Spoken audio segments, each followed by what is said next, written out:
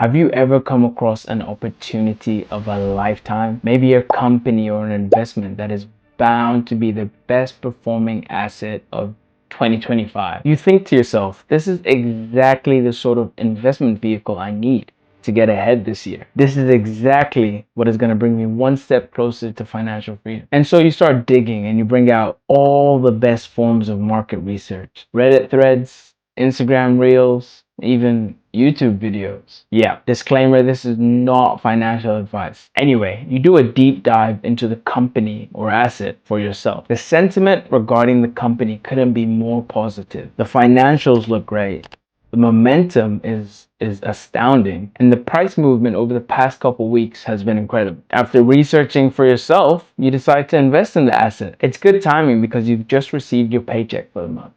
So you put aside a significant amount of your paycheck and invest it into that asset that's going to bring you even greater returns. I mean, this seems too good to be true. Maybe you decide to use an investment platform like Sharesies. You can learn more about them and invest through the link below. Now, doing this allows you to be the proud owner of a share in a company that's going to be the next Nvidia and bring you back 100% gains, or so you thought. If you're lucky, maybe momentum carries you around into the next trading day in the green, but before you know it, your investment just can't catch a break. Red day after red day, loss after unrealized loss. The same company you thought would bring you to the next financial level is your main source of stress at night. You decide to head back to your most reliable finance sources, this time with a bit more urgency. Yet no one seems to have an answer for why your investment is doing so poorly. However, your favorite financial influencer happens to say this: buy the dip. And right there is the trap. Buying the dip. It sounds smart, right? The stock is cheaper, right? So you'll make even more money when they rise back in value. But here's the problem. Dips don't usually come with a sign saying that they'll be the last dip.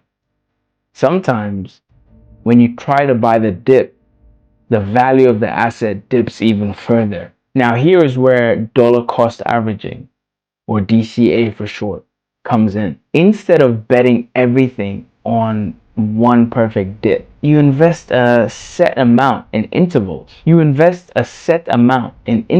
No matter how the market is doing. The price goes up, you buy. The price goes down, you still buy. Now, over time, this averages out. Now, let me play devil's advocate. If you happen to get a bonus, a tax refund, or an inheritance, a few thousand at once, a large sum compared to your weekly paycheck, research shows you're better off investing it immediately. Now, if you happen to get a large lump sum, maybe, compared to your paycheck, like a tax refund or an inheritance, I'll be honest, I'll play devil's advocate. Research does show that, according to Vanguard of all people, and that's spanning across nearly 5 decades, lump sum investing does historically outperform dollar cost averaging approximately 70% of the time across all markets. And so yes, if you do get that lump sum and you don't need it for your monthly expenses, then yeah, feel free to invest that entirely. However, the beauty of dollar cost averaging is that it takes away the stress. You don't need to predict the future. You just need to show up consistently.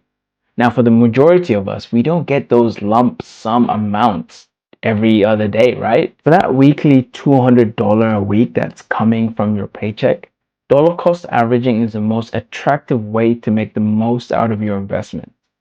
Instead of mulling over which investment to put it in, the autonomy of dollar cost averaging allows you to spend less time deciding on, a course of action and more time working on your skills in order to increase your income or your business that you're running on the side. That is the trap of buying the dip, and the dollar cost averaging is the correct alternative. But hey, that's all for today's video at FIDI. I hope you enjoyed. Check out my links below and the previous video in which I talked about the rise of AI. Subscribe to the channel and follow us because we'll be posting another video in the next week or so. Thanks again.